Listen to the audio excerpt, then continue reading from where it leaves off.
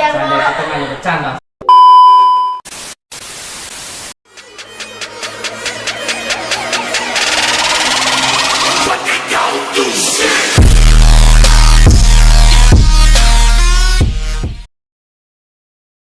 Halo guys, selamat datang di Ketemu Podcast. Nah, hari ini kita akan bahas tentang tema yang sangat menarik.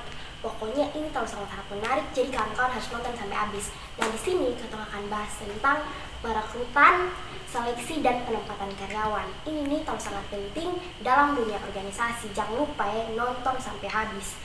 Kayak Beta Julien yang akan menemani Ketemu Podcast hari ini. Nah, di sini besok bersama-sama dengan dua kakak yang sangat berpengalaman di ini bidang. Nah, di sini ada kakak. Halo, Beta Angeli. Beta ingin. Terima kasih buat kakak Angeli dan kakak Emil yang sudah menemani Ketemu Podcast hari ini. Nah, sebelum kita bahas ketemu topik hari ini, Be mau tanya dong. Kakak ada pun kabar karena nih. Baik. Beta kurang baik-baik saja. Kurang baik Udah kenapa? lah, dia. Ya, Depresi begitu. kamu. Salah pribadi sedikit. Kecintaan. Biasa anak muda. Oh gitu ya. Kalau Iya. sekarang ada kesibukan apa nih? Beta sendiri cuma sibuk-sibuk apa sih? Paling di kampus terus pulang kos, ada tugas kerja. Kayak semester akhir nih ribet Juna. Andia su. Kakak sedang lihat healing begitu kok. Weh, berat, mau healing ke mana kok? Kita semua proposal nih. Tugas Dari lebih susah, banyak Su. nih. Ya. Andia. Kalau Kak Angeli punya kesibukan sama dong kayaknya. Sama sih. Gila sih. Oke, kakak memang sih di semester akhir nih agak berat juga. Iya. Nggak pasal lama deh, kita langsung masuk ke topik. Nah, omong-omong tentang perekrutan, seleksi dan penempatan karyawan, Be mau tanya dulu. Menurut Kak Emil nih, apa sih perekrutan, seleksi dan penempatan karyawan? Yang beta tahu tuh, perekrutan tuh adalah proses mencari karyawan potensial. Sedangkan seleksi itu proses pemilihan karyawan yang cocok untuk suatu perusahaan begitu. Terus tentang penempatan karyawan itu sendiri itu proses menempatkan karyawan tuh yang telah mereka pilih itu sesuai dengan skill sendiri, dengan punya kinerja. Kalau mereka tuh unggul di bidang apa, pasti mereka akan ditempatkan tuh di situ begitu. Yang kita tahu. Oh, begitu ya Kak. Iya. Berarti ini tiga hal nih bisa dipisahkan begitu. Oh, ini tiga hal sangat penting dalam dunia pekerjaan atau dunia bisnis begitu. Oh, ya Kak. Oke, lanjut di pertanyaan kedua. Dengan pertanyaan kedua nih, gue mau tanyain Kak Angeli. Kira-kira menurut Kak Angeli ini pas proses perekrutan, seleksi dan penempatan karyawan tuh dong buat apa saya Kak? Nah, pas proses ini perekrutan tuh yang pertama tuh pasti dari perusahaan mereka akan buat deskripsi pekerjaan. Lalu mereka akan membuat ini spesifikasi karyawan yang sesuai dengan bidang yang mereka butuhkan. Lalu mereka akan membuka lowongan dengan membagikannya ke beberapa media begitu, seperti situs web atau koran. Lalu kayak kalau ada yang melamar begitu, nanti kemudian mereka akan dilanjutkan dengan masuk di proses seleksi. Nah, pas sampai proses seleksi itu ada beberapa tahap nih.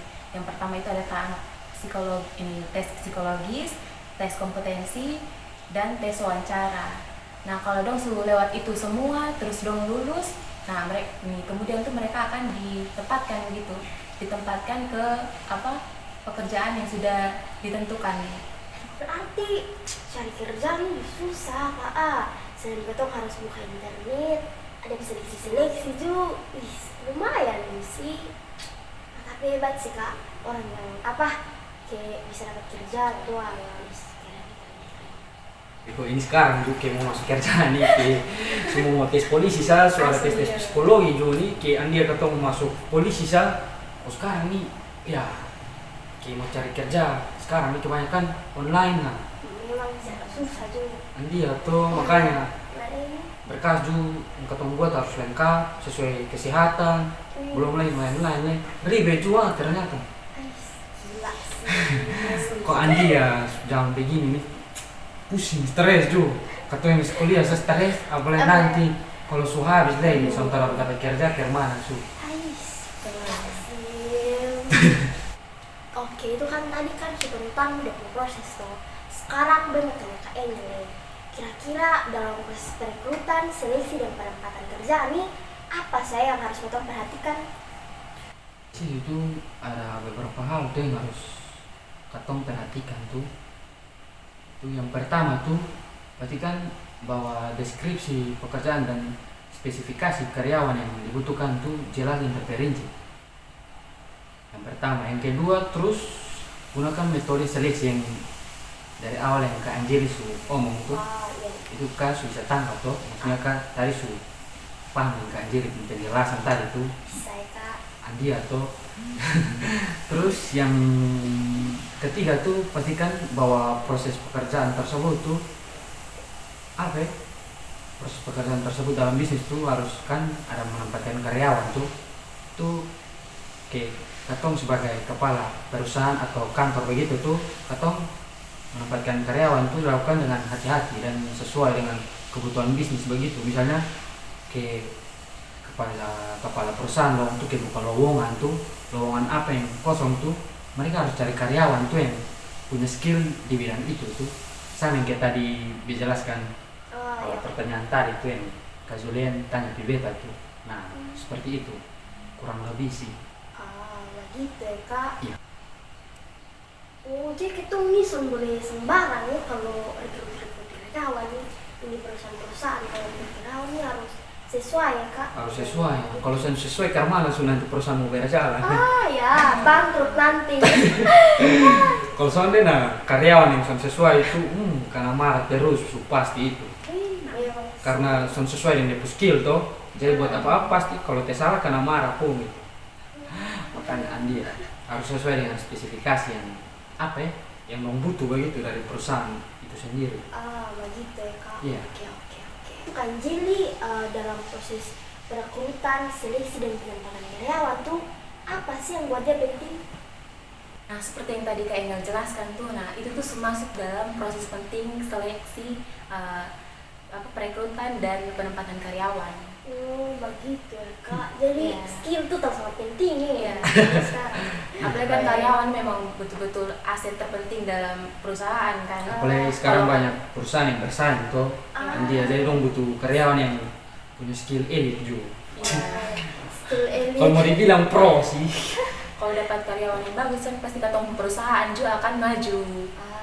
Jadi proses ini perekrutan, seleksi dan penempatan kerja itu sangat penting. Dia sana mungkin masuk di perusahaan besar dong, masuk sana ada seleksi atau itu sangat-sangat ada mustahil skill sih. itu mustahil semua. Kalau sudah ada seleksi itu berarti dia orang dalam tuh. Asli. Ode. Orang Kupang ya saya bilang ode. Ode. Asli. Itu kan tadi tentang penting atau. Nah sekarang menurut Kak Engel, kira-kira bagaimana sih cara untuk ini atau ini sebagai perusahaan tingkatkan ketemu efektivitas? Nah, untuk tingkatan efektivitas perusahaan tuh kayak katong terima karyawan baru dong tuh. Katong harus lebih kasih arahan lah, harus lebih kasih mereka apresiasi supaya yang buat tuh semua tuh produktif sesuai dengan punya skill. Kayak kalau dijelaskan sebetulnya kayak kembali lagi awal yang tadi dia bilang tuh. Iya Kak. Dia kalau itu perusahaan mau maju mau efektif mereka harus bimbing dong karyawan tuh. Masa kok sesama karyawan mau baku bimbing tuh nanti dong kayak iri badan kiwa gitu sonde banyak. Iya Kak. Kayak apalagi di NTT begini lah itu ada yang iri itu nanti sama bilang batur buat le. Itu soalnya kena. Orang bilang selang gitu itu itu yang katong kepala sakit di situ nanti. Nah begitu jadi kayak katong sebagai kepala perusahaan tuh harus lebih memotivasi mereka lain. Kayak katong baru terima mereka tuh karyawan-karyawan baru tuh supaya mereka tuh lebih efektif lagi kerja lebih semangat begitu toh untuk buat sesuatu tuh. Istilahnya begini, ketong mau ketemu ekspektasi terpenuhi berarti ketong harus mulai dari hal kecil. Dari hal kecil tuh baru bisa hal besar tumbuh tuh. Oke. Nah tadi kan kita bahas tentang dia punya cara meningkatkan efektivitas tuh. Sekarang Kak Anjeli nih, Kira-kira tantangan terbesar nih apa ya Kak? Nah, salah satu tantangan yang paling besar sendiri itu adalah katong pilih kembali itu karyawan. Kan biasanya katong bisa dapat karyawan yang sonde sesuai lah. Nah, itu tuh yang akan membuat katong perusahaan tuh susah begitu. Maka dari itu ya paling susah tuh itu cari karyawan yang sesuai. Andia nanti kira itu bilang juga tompil sesuai skill tuh Andia bobrok suna. Kuah kosong yang ada. Itu kata masih ajar leh. Baik kalau dia mengerti cepat. Mau kalau pelan-pelan mengerti lama, kenapa sih sak juga yang ajar tuh asli. Itu kata orang sudah di langit, kita masih di tanah. Andia. Sekarang menurut Kak Engel untuk kasih saran untuk para pebisnis atau pemimpin organisasi di luar sana yang mau tingkatkan atau mau buat perkembangan baru dalam mempunyai bisnis atau organisasi itu kira-kira saran apa Kak yang bagus untuk dong? Nah, ini ini menurut saran dari beta bikin saran kayak gitu perusahaan lo mungkin ada bukan ada di Kupang semua daratan timur NTT ini katong harus saling menghargai antara bos dan karyawan. Karena bukan katong tingkat sebagai bos lebih besar, tapi dari hasil kerja keras karyawan dulu baru bisa katong perusahaan ini maju. Soalnya mungkin bos sendiri yang mau kerja atau perusahaan besar, kalau bos sendiri mau ambil alih mati, nah itu bos. Kosong sih. Andia. Jadi apa?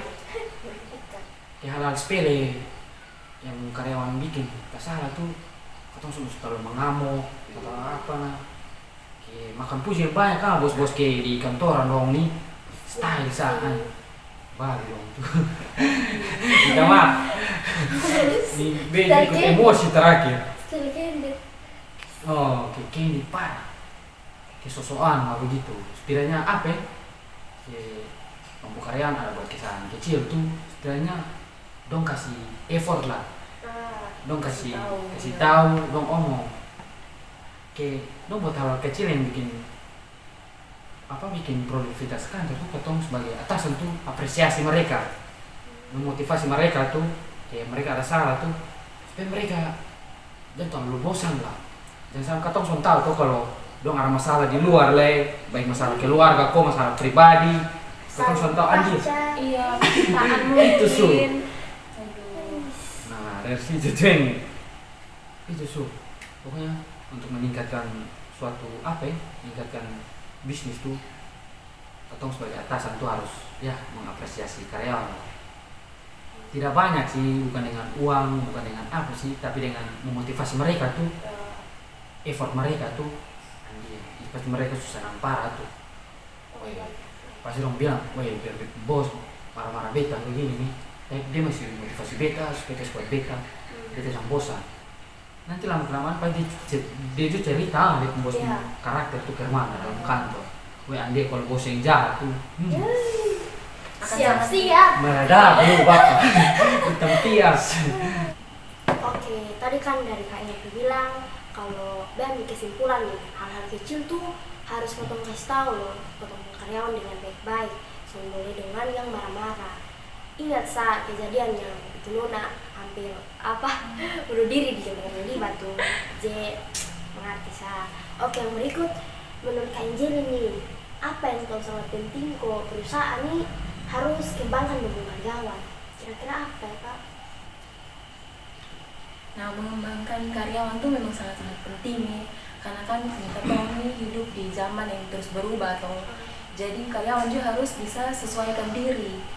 Nah, dengan begitu kan kita harus arahkan mereka supaya mereka bisa menyesuaikan diri dengan zaman yang terus berubah begitu. Itu yang dari awal dia bilang tuh memotivasi mereka tuh apresiasi mereka. Oke, sekarang yang terakhir nih kira-kira menurut Kak Engel apa ya manfaat yang bisa karyawan dapat dari proses pengembangan yang tadi sudah dijelaskan oleh Kak Angelina. Kan kalau aku mau bilang besok mau berubah kalau besok ada manfaat asli Kak menurut beta manfaat itu key possession begitu dalam suatu pekerjaan di bidang tuh siapa tahu kalau nanti ada promosi kan, kinerja sudah bagus toh, Iya. seketika dia belajar terus, terus lama-lama juga dia akan naik jabatan. Iya.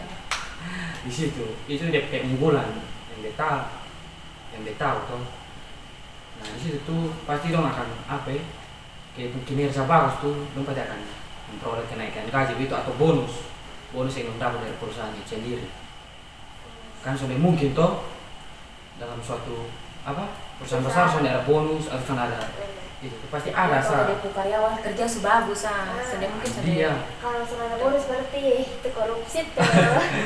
Apalagi itu tuh bisa bantu karyawan tuh itu mah supaya mereka tuh lebih lebih semangat semangat dan mereka tuh merasa dihargai oleh perusahaan terus setidaknya karena mereka bonus dapat bekerja bonus keras kan di dan dia dalamnya. anggap sakit dong merasa terbalas begitu dari perusahaan Iya. supaya Yang kasih itu dari imbalan. di perimbalan ada begitu dia. Oke, begitu ya kawan-kawan untuk pembahasan. Nah, terima kasih buat kawan-kawan yang sudah nonton sampai habis dan Beju sangat terima kasih kepada dua kakak ini yang memberikan yang Saya kita hanya bercanda saya di sini. Maksudnya tukar-tukar pikiran lah. sharing. Iya. Dia begitu. Oke, terima kasih untuk dua kakak yang semua berbagi dengan Katong. Nah, kiranya apa yang kawan-kawan dapat dari podcast ini bisa kawan-kawan istilahnya tuh praktekkan dalam kawan-kawan pengorganisasi atau kawan-kawan pembisnis. Nah, sekian dari Katong. Terima kasih dan sampai jumpa lagi. Bye bye.